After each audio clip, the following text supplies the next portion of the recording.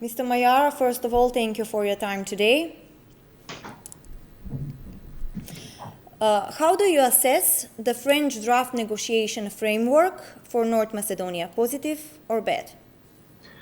I think France is doing all what it can to try to find an issue and to get these negotiations for North Macedonia to really get started, because we know that we've been in a stage of blockage in sort of a deadlock for years, and France is partly responsible for it because it had vetoed some years ago the starting of those negotiations. But I think now it really wants them to start and to be helpful in this regard and to try to find the best diplomatic solution for this.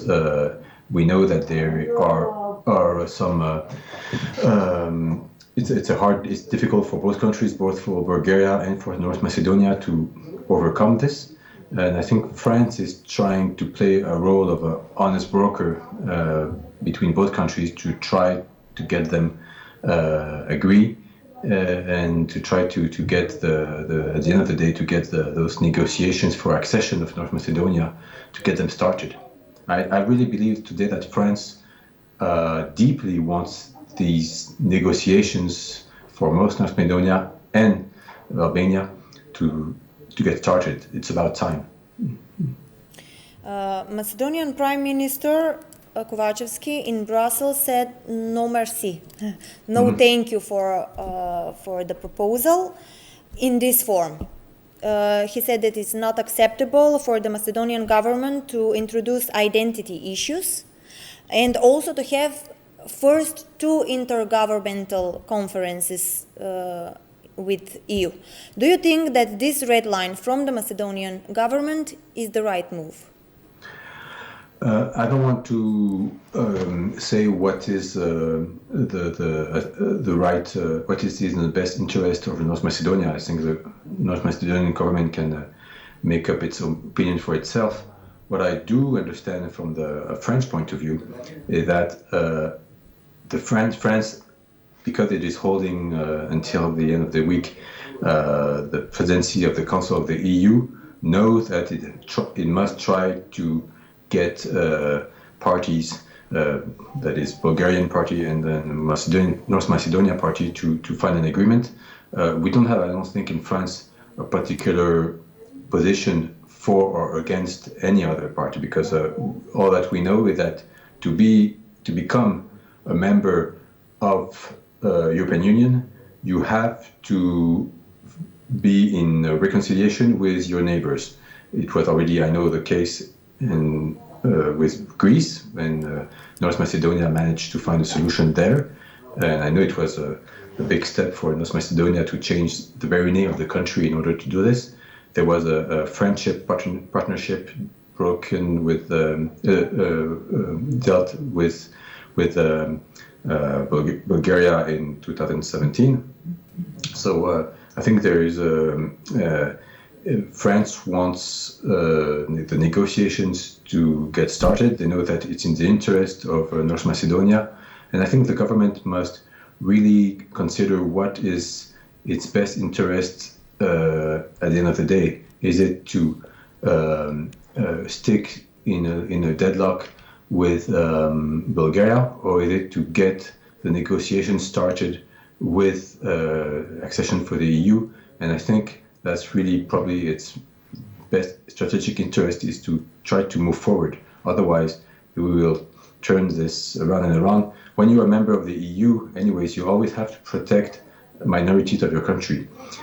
Ukraine will have to protect the Russian-speaking minority, and will also have language issues to deal with, because it will also have to protect its minority from Hungary.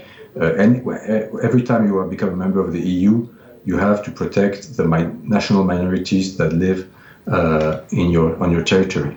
And so it requires definitely, I think, a lot of effort from any government in order to be in this position of protection for its minorities.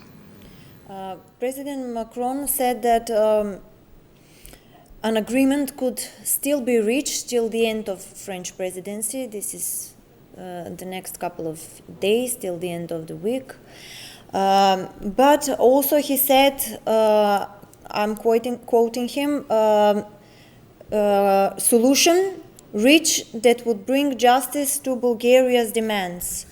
North Macedonia doesn't have problem to put the minority, the Bulgarians, in our constitution, but actually the fact is that Sofia disputes the identity and the language of North Macedonia.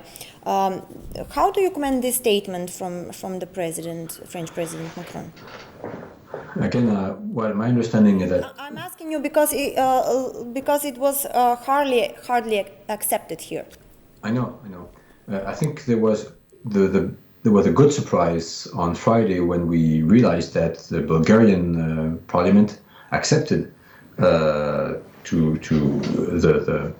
proposal by France, and we were not sure if they would be ready to move a bit forward, because, as you know, it was a very, very difficult position and very strict, and they were vetoing the opening of the accession negotiation.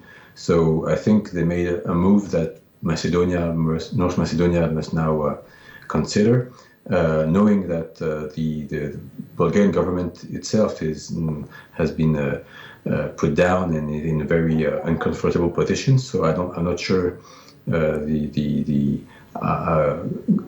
present Bulgarian government can go very much far, because it's in a very politically weakened position. It's up to North Macedonia to really again consider if it's more important to start negotiations with the EU that have been already so long to start, or if it really wants to stick to identity difficulties and positions which will seem to never end and never be overcome. Even if you find another wording, there will always be people more nationalists that want even more on both sides.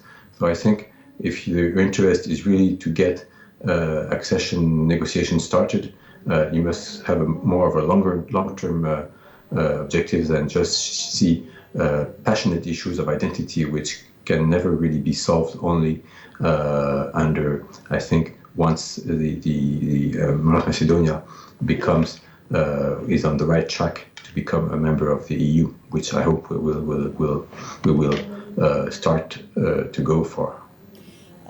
This week, from President Macron, we heard twice a statement in which he called us North Macedonians instead Macedonians.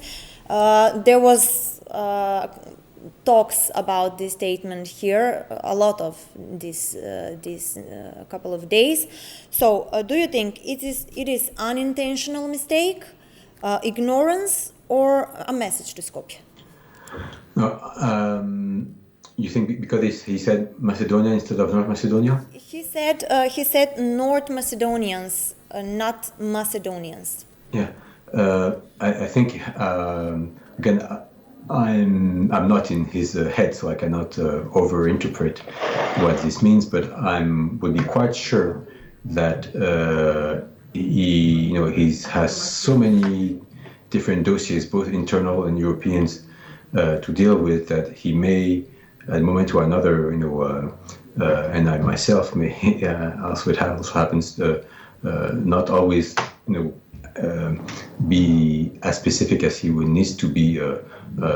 So it may have slipped out of his mouth. I would not overinterpret any intention. I think when you speak to the press, when you make a statement, sometimes it can go very, very quickly. And again, there's so many different issues he has to deal with at the same time. So I would not bother so much about this. He knows that North Macedonia is a state in its own right, and that we respect fully.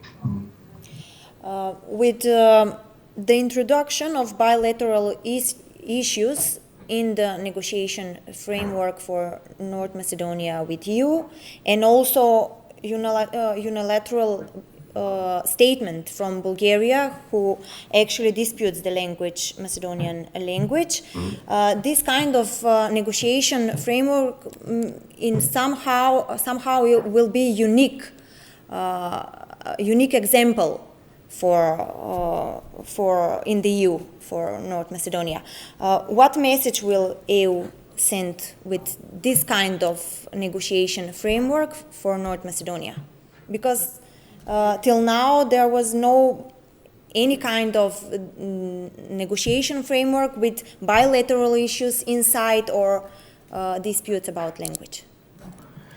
I'm not sure it's completely new. I mean, you have to know that in many member states of the EU, there are language issues. There are ones in Belgium with between the Flemish community, Dutch-speaking, and the French-speaking communities, and even German-speaking one.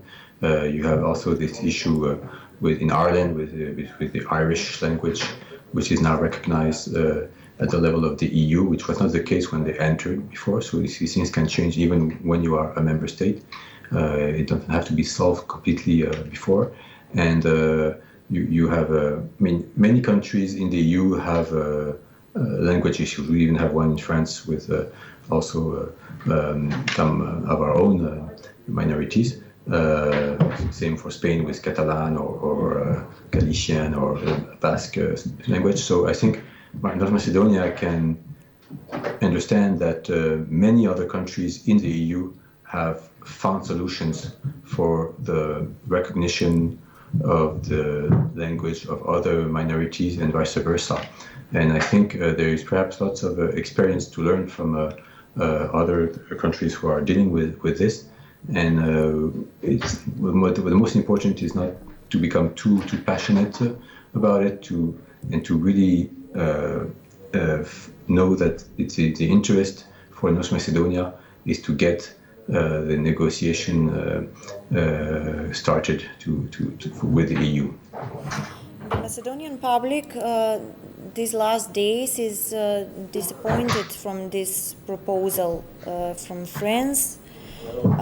Is there any space or desire in the next couple of days for Paris to set things in the right way and not that in the way that will not hurt Macedonian people?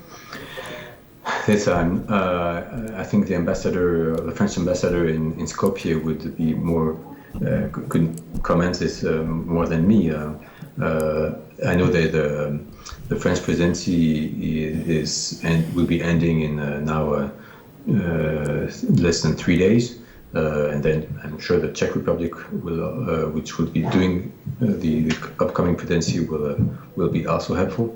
Again, the real purpose for France is to try to find a solution to get the negotiations started for North Macedonia with the EU. I don't think it has a specific interest whether for or against Bulgaria or for or against North Macedonia. It's just trying to find the best diplomatic solution. But then, yes, if it's possible to achieve a miracle in 48 hours, then I think it will be up to the Czech presidency to try its best. Yes, the French veto is in the collective memory of Macedonia. Does Paris maybe feel guilty because President Macron was the first leader of European powerful state? Powerful European country to veto the start of negotiation process back then for North Macedonia and Albania, and now at all costs is trying to make success for Macedonia to get date for opening negotiations. I don't think it's a matter of guilt.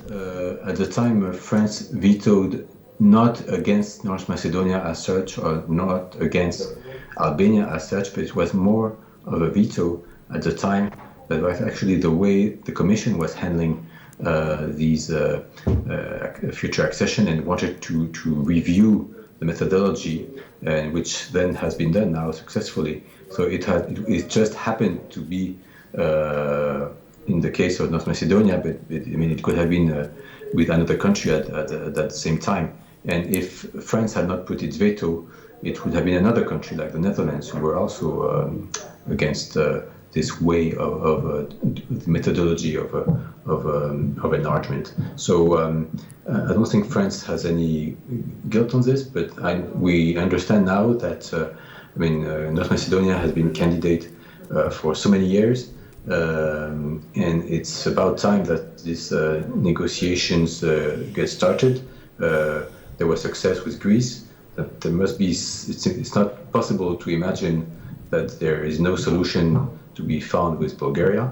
I think each side have to see what their best interest is, and then we can move forward. But I think today France understand that the Balkans countries at large really have their destiny in the EU, and that Albania also is now linked to this Bulgarian veto on the negotiation accession. So it's we really need to unblock all this and to get the enlargement negotiation going.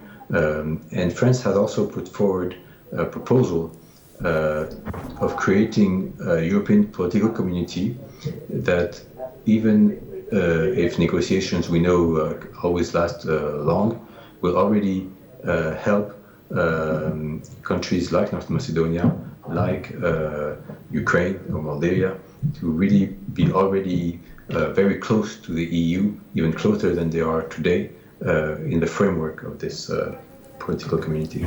You mentioned Albania. My last question is, if North Macedonia stays blocked by Bulgaria, should Albania start the negotiation process alone?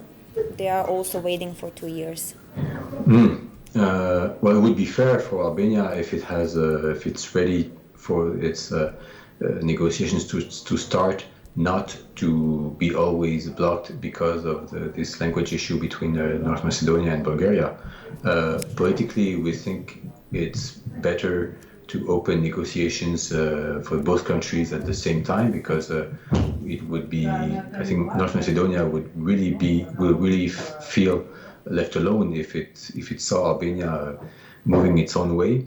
But I understand also that Albania is perhaps also tired of waiting for this language issue to be solved. So I think perhaps Albania can put some positive pressure also on Bulgaria and North Macedonia to get this situation unblocked, because it's in own interest. But enlargement is at the end of the day, it's a country by country issue. So although you have always been used to being treated together with Albania, then each negotiation will have its own track, its own path. Montenegro is not Serbia, and it's not because negotiations start together that they end together. Yes, Mr. Maјar, thank you for your time today. Okay.